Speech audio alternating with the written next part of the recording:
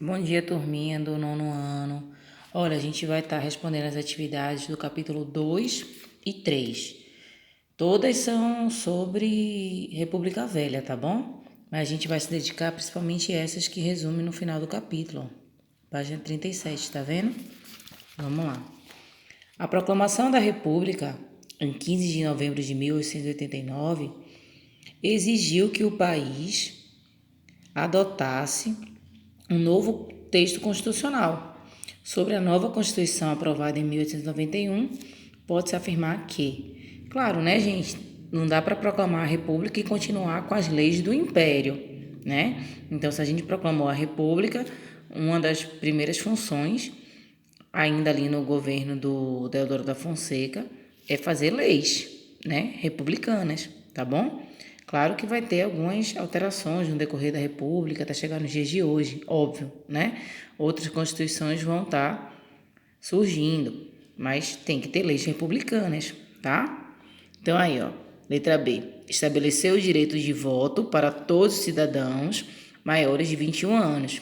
Entretanto, o contingente de eleitores era restrito, pois estavam excluindo analfabetos, mulheres, mendigos, que era a maioria da população brasileira. Então, na nossa primeira república, ou República Velha, só quem podia votar era homens maiores de 21 anos, tá?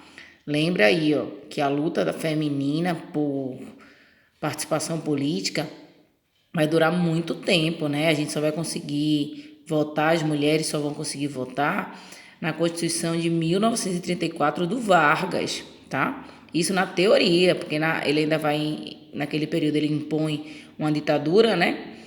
O varguismo, o Estado Novo, então a gente só vai votar de fato na década de 50, tá certo? Praticamente. Segunda, essa imagem aqui bem característica, né, das eleições desse período, porque as eleições elas eram abertas, então o eleitor falava abertamente quem votava, por isso que as eleições é considerada de cabresto, né, era o voto de cabresto, onde o eleitor tinha que votar em quem o coronel mandasse, o dono da sua terra mandasse. Cabo de enxada engrossa as mãos. O laço de couro cru, machado e foice também. Caneta e lápis são ferramentas muito delicadas. A lida é outra. Labuta pesada, de sol a sol, nos campos e nos currais. Ler o quê? Escrever o quê? Mas agora é preciso. A eleição vem aí. E o alistamento rende a estima do patrão. A gente vira pessoa. Muitos eram analfabetos, semi-analfabetos, sabiam escrever o próprio nome, né? Mas daí tinha que aprender a escrever o nome do candidato que o senhor mandasse, né? Que o dono da terra mandasse, tá?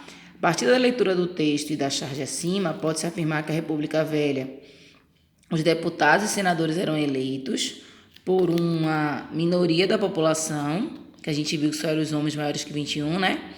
Através de um sistema eleitoral que prescindia o voto secreto e permitia fraude. Esse prescindia que vinha antes do voto secreto, tá? Então ele está querendo afirmar que o voto nesse período era aberto, não era secreto, né? Todo mundo ouvia em quem é que você votava, tá? Então isso era, né? Facilitava as fraudes, sim, com certeza, tá? Terceira, análises recentes das sucessões presidenciais na Primeira República, de 1889 até 1930, quando Vargas sobe no poder, né? Mostram que a famosa aliança entre Minas Gerais e São Paulo, chamada de política de café com leite, não controlou de forma exclusiva o poder republicano. Havia outros 4 estados, pelo menos, com acentuada importância no cenário político: Rio Grande do Sul, Rio de Janeiro, Bahia e Pernambuco. No referido período, a organização política da República, letra A, controlou o resultado das eleições por meio do pacto estabelecido entre diferentes estados. Então, gente, os principais estados mais famosos foram do Sudeste, né? Daí, política do café com leite. Café, principal produto de exportação de São Paulo, e leite, principal produto de Minas Gerais. Mas também tem outro versinho que prova a importância de Pernambuco, por exemplo, né? Que dizia assim: quem nasce em Pernambuco não se faça de rogado. Ou há de ser Cavalcante ou há de ser Cavalgado, mostrando a importância aí, né, do poderio da família Cavalcante com I, tá? Termina com I, Cavalcanti, que mandava em tudo, que era muito poderoso em tudo, né? Na Bahia, a família dos Magalhães, também muito forte, detentora de terra nesse período, tá? 4. Atente às seguintes afirmações acerca do movimento tenentista no Brasil. O tenentismo surgiu entre militares, sim, daí o nome, né? Porque vem de tenente, especialmente entre os militares de baixa patente. Se você lembrar, tenente ele é baixa patente, né? Porque ainda tem acima dele capitão, coronel e tudo mais, né?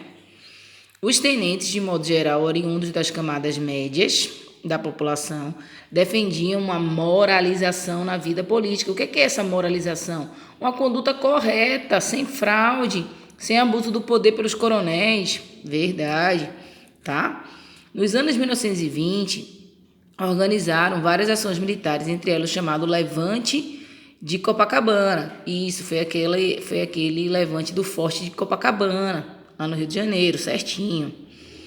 Os tenentes pretendiam um governo comunista e exigiram, a partir de 1922, que seus líderes se filiassem ao Partido Comunista Brasileiro. Não, aí não, né? Eles só queriam uma moralidade na política, sim, que as coisas não tivessem fraude, mas eles não defendiam o comunismo nesse período, não. A força do comunismo mais atuante vai ser já durante a era Vargas, ali depois, né? Com Luiz Carlos Prestes, por exemplo, com Olga Benário, né? A influência aí também da própria União Soviética. Aí a gente vai ver um comunismo mais atuante no Brasil, tá? 5. Na década de 1920, o movimento político-militar chamado de tenentismo objetivava realizar alterações na sociedade brasileira, sobretudo ao diminuir o poder das oligarquias. Oligarquias é um termo grego que significa governo de poucos, governo da minoria, tá? E da corrupção eleitoral. Defendia o voto secreto e contou com a simpatia de alguns setores sociais em um período de crise da chamada República Velha. Ele quer saber aí, né? Quais fatos históricos estão vinculados ao tenentismo. Aí tem que ser a revolta do Forte de Copacabana, a Revolução Paulista de 1824 e a própria Coluna Prestes, né? Quando a Coluna Prestes ela vai acontecer no final da República Velha, liderada por Luiz Carlos Prestes, ganhou o apoio desses tenentes aí do movimento tenentista, tá? 6. Instituída em 1889, a República prometia ampliar a representação político-eleitoral, reforçar os vínculos federativos e harmonizar os poderes do Estado.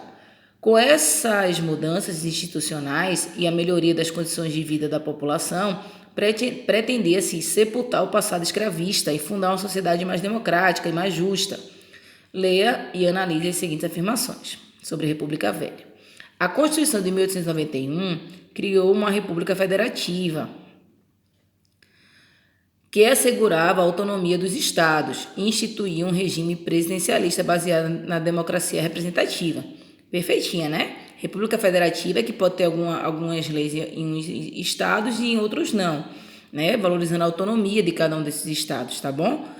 É presidencialista sim, né? Mostrando aí que o povo ia escolher um representante, um presidente para representar. A Revolução Federalista do Rio Grande do Sul foi uma sangrenta guerra civil entre o Partido Federalista e o Partido Republicano Rio-Grandense, apoiada pelo governo federal. Porque o governo federal não queria a força do Rio Grande do Sul, né? Rio Grande do Sul sempre aí querendo ser atuante, valorizando sua economia ali do gado, tá? Da carne de charque. Então, eles não vão querer essa força toda. Rio Grande do Sul sempre forte, desde a época da Farroupilha, ali no Brasil Regência, né? Então, eles vão estar querendo controlar essa força aí do Rio Grande do Sul, tá? A República Velha foi denominada República dos Coronéis, porque os presidentes do período, em sua maioria, eram grandes latifundiários da região Nordeste. Não, aí a gente vai lembrar que essa república é chamada Café com Leite, então a maioria é do Sudeste, tá? O Nordeste não estava com essa bola toda, não. O Nordeste é forte mais no Brasil colônia, né? Para a modernização e o progresso que a República trouxe, nos seus primeiros anos, ocorreram várias manifestações de apoio ao novo regime, como revolta da vacina, revolta da Chibata, Canudos. Não, gente, todas essas três, vacina, Chibata e Canudos, era contra o novo regime republicano, né? Não dando apoio, tá bom? Por isso tem que ser a letra B de bola. 7. No período chamado da República Velha, o governo Campos Salles instituiu a política dos governadores. Ah, gente, é aquele acordo, né? Que o coronel mandava os votos para os governadores do estado e para os presidentes da República e recebiam dele as verbas. Era uma troca de favores, tá? Ser um acordo político baseado na troca de favores, tá vendo? Falou em política dos governadores, a gente lembra desse termo, troca de favores, entre os governos federal, estadual e municipal, para manter os que já estavam no poder. Lembrando que o poder do município não é do prefeito, tá? O prefeito temia os coronéis, o poder do município era dos coronéis, tá? Logo mais eu venho com as respostas do capítulo 3. Beijo!